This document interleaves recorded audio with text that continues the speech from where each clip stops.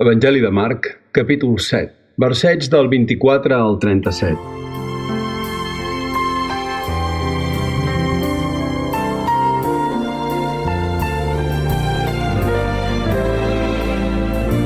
Després va sortir d'allà i va anar a la regió de Tir. S'allotjà en una casa i no volia que ningú ho sabés, però no va poder passar desapercebut. Ben aviat una dona que havia sentit parlar d'ell i que tenia una filla posseïda per un esperit impur el va anar a trobar i se li llançà als peus.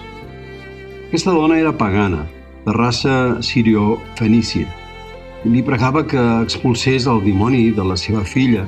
Ell li deia: «Deixa que primer se't tipin els fills, perquè no està bé treure el pa dels fills per tirar-lo als gossets».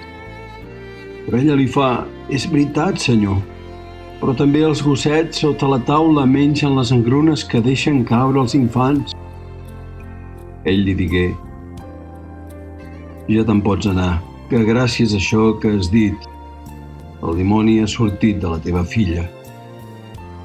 Ella se n'anà a casa seva i va trobar la noia estirada al llit. El dimoni l'havia deixada.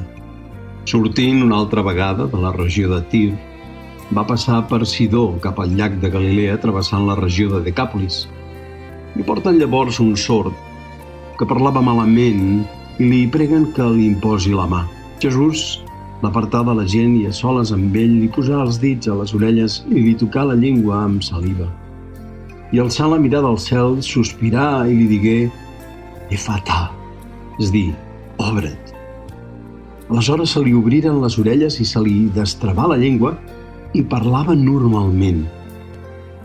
I els va manar que no ho diguessin a ningú, però com més ho comminava a no dir-ho, més ho pregonaven. I en el súmmum de l'admiració deien: «Tot ho fa bé, fa que els sords hi sentin i que els muts parlin».